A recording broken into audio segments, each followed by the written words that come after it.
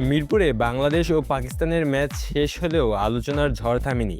পুরো ম্যাচের চেয়েও বেশি আলোচনা এখন একটি মুহূর্তকে ঘিরে, সেটি হলো মেহেদী হাসান মিরাজের করা সালমান আলী আঘার রান আউট, যা ক্রিকেট প্রেমীদের মধ্যে সৃষ্টি করেছে তর্ক আর বিতর্ক।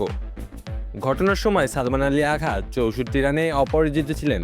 একটি বল মিরাজের দিকে এলে তিনি সেটি থামানোর চেষ্টা করছিলেন।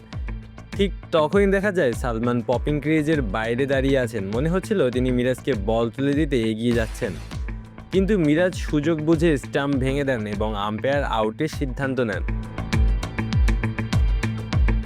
নিয়ম অনুযায়ী এটি সম্পূর্ণ বৈধ রান আউট হলেও অনেকেই বিষয়টি স্পোর্টসম্যানশিপের দৃষ্টিকোণ থেকে দেখছেন। ম্যাচ শেষে বিষয়টি নিয়ে নিজের ব্যাখ্যা দিয়েছেন বাংলাদেশের অধিনায়ক মেহেদী হাসান মিরাজ। তিনি বলেন, সালমান তখন ক্রিজের বাইরে ছিলেন এবং বল তখনও খেলায় ছিল। যদি তিনি রান আউটের সুযোগটি ছেড়ে দিতেন তাহলে ব্যাটার হয়তো আরও রান করার চেষ্টা করতেন। এই ম্যাচের পরিস্থিতি মাথায় রেখেই তিনি সিদ্ধান্তটি নিয়েছেন। সেই সময় সালমান বেশ ভালোভাবেই সেট হয়ে গিয়েছিলেন এবং বাংলাদেশের বোলারদের জন্য বড় চ্যালেঞ্জ হয়ে উঠছিলেন, ফলে তাকে আউট করা দলের জন্য গুরুত্বপূর্ণ ছিল। তবে শেষ পর্যন্ত ম্যাচটি জিততে পারেনি বাংলাদেশ। ডাকওয়ার্থ লুইস পদ্ধতিতে বড় ব্যবধানে হারতে হয়েছে টাইগারদের। বাবা, এত এনার্জি কই পাও? এই পাওয়ার চুমুকে অ্যাকশন। ম্যাচের পারফরমেন্স নিয়ে মিরাজ বলেন, আগের ম্যাচে বোলাররা দারুণ করলেও এই ম্যাচে পরিকল্পনা অনুযায়ী বোলিং করা সম্ভব হয়নি।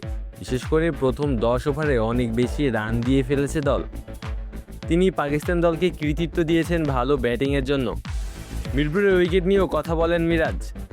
তার মতে এবার ব্যাটিংয়ের জন্য ভালো উইকেট তৈরি করা হয়েছিল, কিন্তু বাংলাদেশের টপ অর্ডার ব্যাটাররা প্রত্যাশা অনুযায়ী রান করতে পারেননি। বোলাররা নিজেদের কাজ মোটামুটি ভালোভাবে করলেও ব্যাটিং ইউনিটকে আরও দায়িত্ব নিতে হবে বলে মনে করেন তিনি। এই রান আউট নিয়ে কথা বলেছেন বাংলাদেশের বোলিং কোচ মুশতাক আহমেদও। তার মতে ঘটনাটি এত দ্রুত ঘটেছে যে শুরুতে অনেকেই ঠিক বুঝতে পারেননি কী হয়েছিল, তবে তার দৃষ্টিতে মিরাজ কোনো ভুল করেননি।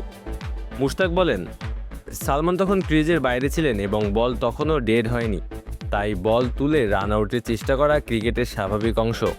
তার ধারণা সালমান হয়তো ভেবেছিলেন বলটি ডেড হয়ে গেছে এবং তিনি মিরাজকে সহায়তা করতে চেয়েছিলেন।